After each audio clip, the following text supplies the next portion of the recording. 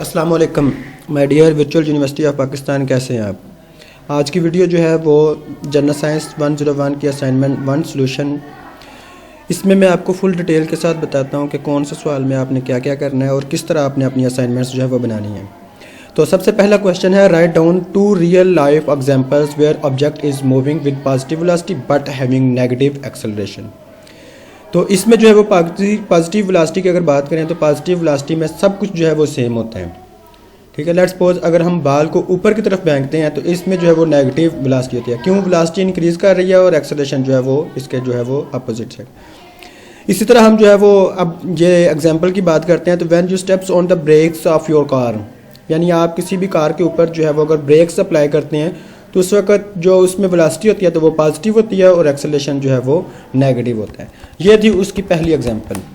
अगर हम बात करते हैं तो इसकी दूसरी एग्जांपल की, तो इसकी दूसरी एग्जांपल ये होगी, a stone thrown straight up, यानी आपने एक चीज़ जो है वो थ्रोन अप की है, as long as climbing up, या फिर आप किसी ऊंची जगह पे चढ़े हैं जैसे कि पहाड़ पे चढ़े हैं। It has positive velocity and negative acceleration.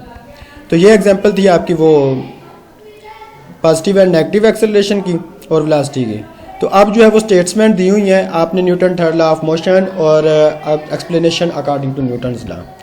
अब पहली स्टेटमेंट है उसकी, if you release a balloon in air, कि एक बलून में उसमें एयर भरी हुई है तो उसको आपने रिलीज़ कर देते हैं यानी छोड़ देते हैं फिर। तो ये न्यूटन का थर्ड लॉ ऑफ मोशन है। ये कैसे है? एक्शन और reaction is equal but opposite in direction होते हैं। तो ये क्या होगा, एक्शन के तौर पर हवा जो है वो बाहर निकल रही है और रिएक्शन के तौर पर बलून जो है वो ऊपर की डायरेक्शन में या एनीवेयर किसी भी डायरेक्शन में जो है वो मूव कर रहा होता है। तो ये हमारे पास जो है वो इसकी एक्सप्लेनेशन होगी। उसकी दूसरी स्टेटमेंट है, अब you need more force to move and accelerate a heavier object than lighter object. एक हैवियर ऑब्जेक्ट है, एक बहुत भारी है और एक बहुत हल्का सा जो है वो ऑब्जेक्ट है। तो अब Newton second law of motion है। ये Newton second law of motion में क्या होता है कि एक्सेलरेशन जो है वो फोर्स के डायरेक्टली प्रोपोर्शनल होते हैं। जितने आप फोर्स लगाते हैं उतना एक्सेलरेशन लगाते हैं, बट मैथ का जो है वो इन्वर्सली प्रोपोर्शनल है, यानी कि अगर मैथ ज़्यादा होगा तो आपको जो है वो फोर्स ज़्यादा लगानी पड़ेगी, अगर मैथ कम है तो आपको फोर्स जो है वो कम लगानी पड़ेगी।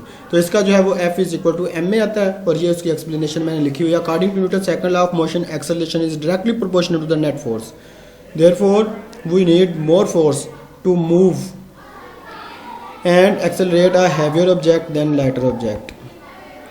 A child riding a merry-go-round, let's go through the ride। यह था इसका तीसरी स्टेटमेंट्स। उसकी भी एक्सप्लेनेशन मैंने लिखी हुई है, इसको ज़रा देख लीजिएगा। अब बात करते हैं हम तीसरे सवाल की, कि ये आप एक फिगर दी गई है।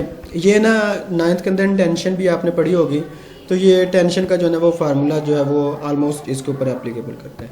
दो पुलिंग है फ्रिक्शन लेस, इसमें T1 जो है वो इसमें T2 होता है। टेंशन जो है वो एक्सेलरेशन के अपोजिट होता है। अगर टेंशन डाउनवर्ड है तो एक्सेलरेशन जो है वो अपवर्ड होता है।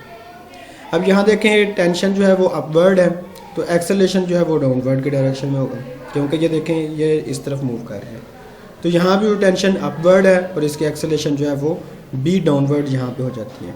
तो ये जो है वो आपने जो पढ़ा हुआ था 9th के अंदर, ये उसी के रिलेटेड है कि वेट जो है वो इतना है, टेंशन जो है वो T है, W1 वेट है, T1 जो है वो टेंशन है, T2 जो है वो टेंशन है। अब जो है वो टेंशन का जो पहला कानून था वो हम अप्लाई करते हैं, T minus weight 2 is equal to M2A2, यानी जो मास ऑब्जेक्ट 2 है उसके ऊपर हमने लगाई। उसके बाद W1 minus T is equal to M1 T1, और जो हमारे पास वेट 1 है उसके ऊपर हमने ये वाला लगाया। अब इसमें जो है वो हम आगे बात करते हैं। अब जितनी भी टेंशन्स हैं, अब सारी टेंशन जो है वो T1, T2 और T3 वो सारी जो है वो इक्वल हैं। अब जहाँ T1, T2 हमने लगाया हुआ है उसकी जगह हम T पुट करते हैं और T पुट करने के बाद इसको जो है वो हम सॉल्व आउट करने की कोशिश करते हैं। यहाँ भी हमने T पुट कर दिया। Relation between magnitude of the acceleration, अब हमने एक्सेलरेशन की बात करनी है तो S is equal to 1/2 A2 T का स्क्वायर, और यहाँ हमारे पास वो इक्वेशन जो दूसरी है, फर्स्ट इक्वेशन और सेकंड इक्वेशन ऑफ मोशन, वहाँ वो लगेगी S is equal to VIT plus 1/2 AT की 2।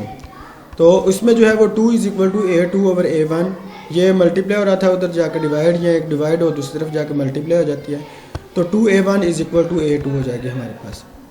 और T minus M2G M2 2AM1, यानी कि A2 की जगह हमने जो है उसकी वैल्यू पुट कर दी।